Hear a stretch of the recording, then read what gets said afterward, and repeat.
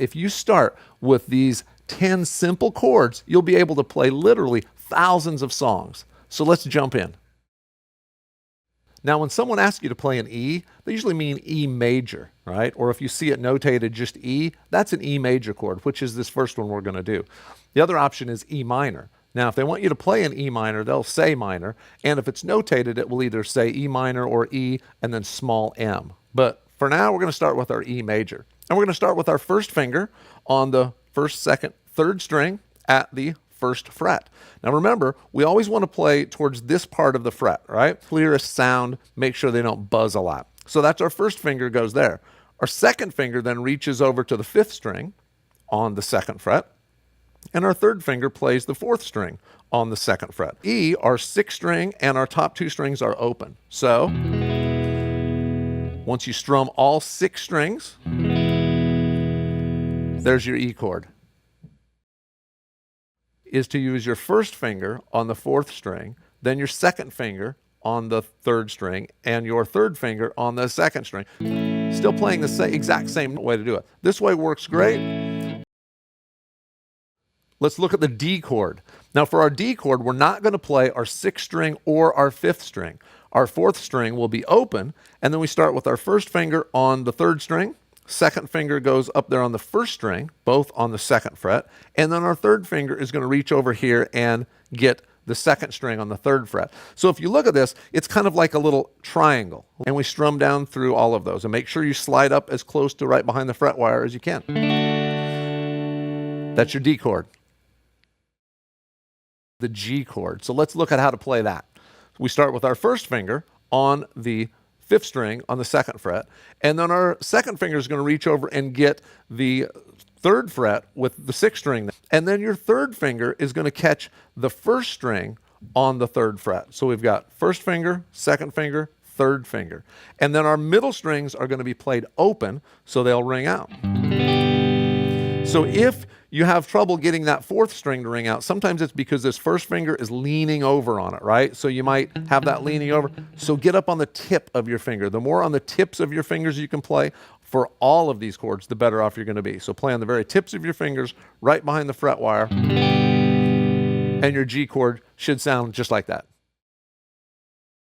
Our C chord starts with our first finger on the 2nd string on the 1st fret. Second finger, we're going to jump over the 3rd string and play the 4th string on the 2nd fret, and our 3rd finger then plays the 5th string on the 3rd fret. All right, so we get this shape going on. So we don't want to play our 6th string when we strum it down.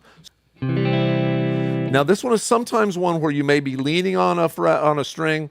You might have to reposition your hand a little bit. Try to drop your hand down. You know, don't let it pull up on you. Drop your hand down so you can once again play on your fingertips. And that should make that C chord sound beautiful.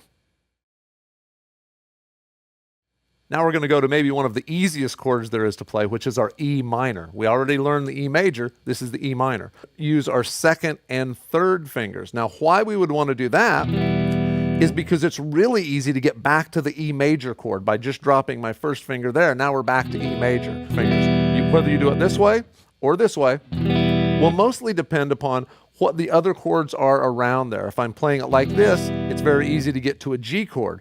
If I'm playing it the other way, it's easy to get to the E major or an A minor. Let's look at our A minor chord. Now you'll see a similarity here between this and the C chord that we played. If you start with your first finger on the 2nd string, 1st fret, and then your 2nd finger reaches over to that 4th string on the 2nd fret again, it's just exactly like we did the C chord. The difference is instead of my 3rd finger reaching over, I'm going to put my 3rd finger right down here on the 3rd string on the 2nd fret. So I've got this shape. And I start strumming from the 5th string down. We don't play the 6th string on this chord. Strum it like this. That's our A minor. So you can see how easy of a transition it is to go from A minor to C by just lifting that 3rd finger up and putting it over there. And that's my C, right? So it's a cool progression to play just A minor to C, and they sound really good together. But practice on getting your A minor down, there, there, there. It should sound just like that. Let's look at the D7. Now, when you see a D7 or another number behind a chord, a D9 or a D13, or various other things, you might see a D13 like with a flat 5 or a flat 9. Don't worry too much about all those other numbers in there right now, okay? Our D7 is interesting because remember how we did our D major and it was sort of this triangle? Well, the D7 is just going to be like a backwards triangle. So instead of the point up here for the D7, we put the point of the triangle down here on the second string, first fret, and then my second finger goes over there on the third string, and the third finger down here on the first. So there was my D. I go to my D7 like that. Now, just like our D chord, we don't play the sixth string or the fifth string, right? But I start strumming from the fourth string on down. And when I do that, I get my D7 sound. Now, you'll notice the D7, it has kind of a bluesy sound to it, right? So you'll run into seventh chords a lot when you're playing the blues. So really important to practice this shape. Our next chord is another seventh. It's A7. So A7 is pretty easy. We start with our second finger on the fourth string over, holding that down on the second fret. And then my third finger is going to catch the second string on the second fret. So we've got a string between there, right? The third string is open between there. That's the one we want to watch. Make sure we don't lean over on it and mute it. It has to ring out open. We don't strum the sixth string. We strum from the fifth string on down. And we get that. Now this chord is really good idea. It's a good idea to practice